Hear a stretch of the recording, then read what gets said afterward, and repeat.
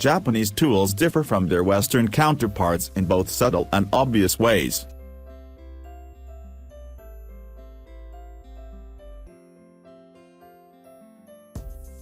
For Japanese woodworkers, their art begins with respect for tools. Despite advances in technology that have given the modern woodworker portable power tools and stationary machines, many Japanese woodworkers still rely mainly on hand tools that have remained virtually unchanged for centuries. Although they look deceptively simple to use, Japanese tools require considerable patience and practice to master. As the ancient craftsmen who forged them understood, the key to success is to learn to use the tool with skill and respect. The following are some typical hand tools that will open your mind. Number 1. Kanna, Japanese planes. The traditional Japanese plane or kanna is a plane pulled towards the user rather than pushed in the manner of Western-style planes. They are made of hardwood, usually Japanese white or red oak. The laminated steel and iron blade is stout compared to Western planes.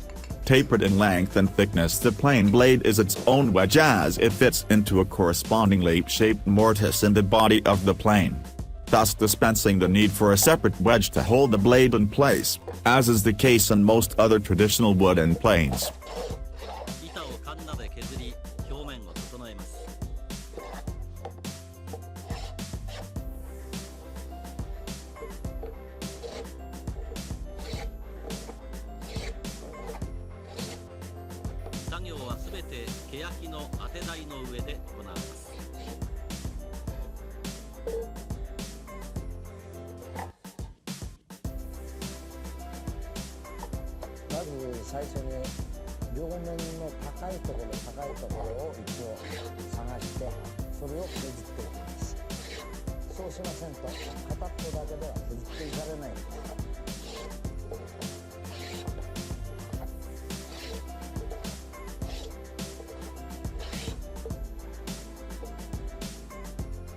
Japanese planes cut on the pull stroke, and their blades are laminated with a thin layer of high-carbon steel forming the cutting edge, backed by a thick strip of soft, low-carbon steel to absorb shock when planing knotty grain.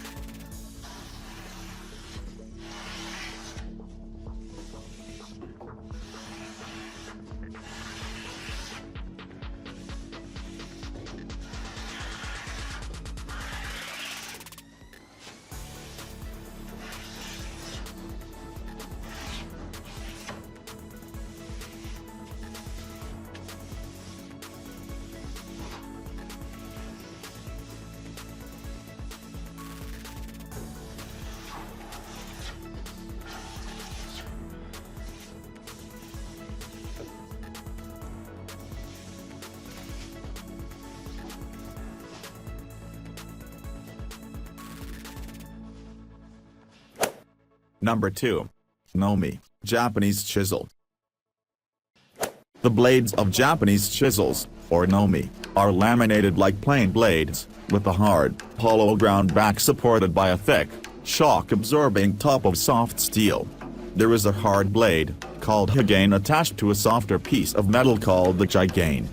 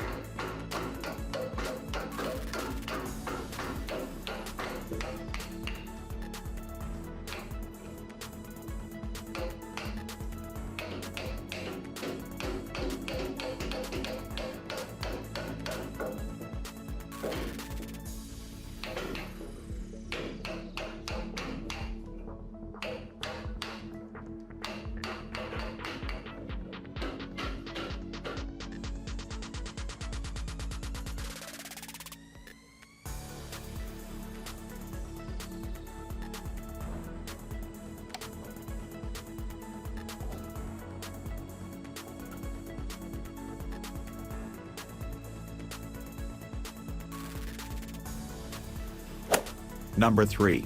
Ryoba Japanese Saw. Ryoba is the Japanese word for double edge. It's a saw for deep cuts, both cross-cut and rip-cut. The comfortable rattan handle features quick lever action to change the replaceable blades. You will not find a better designed handle on the market. The mechanism to hold the blade is unique in that it is streamlined to eliminate any change of the latch getting in the way of your material. Unlike some other saws on the market, the Kokura Ryoba's latch will always keep your blade straight and secure. The blade cuts easily and straight on both sides in many types of timber.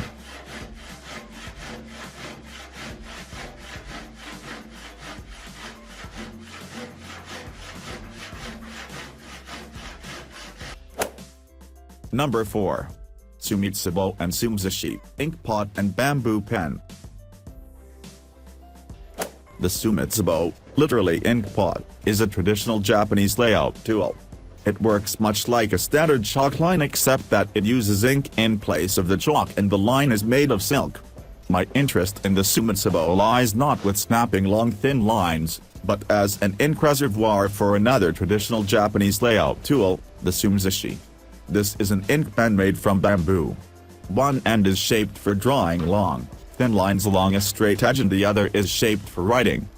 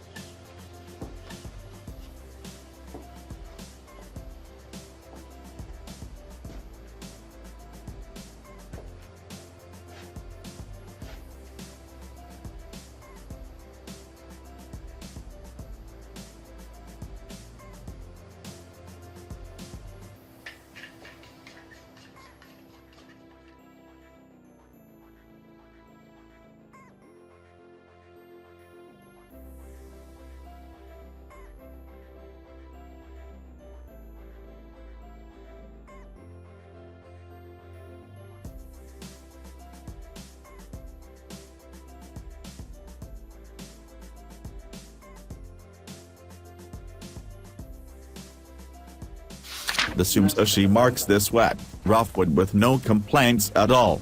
The ink only seeps into the wood de barristament, and completely disappears with 1-2 passes of the plane. In comparison, a pencil might require twice as much planing to erase a mistaken layout, most notable in softwoods. It's not for everyone, I know, but holy crap, I'm in love.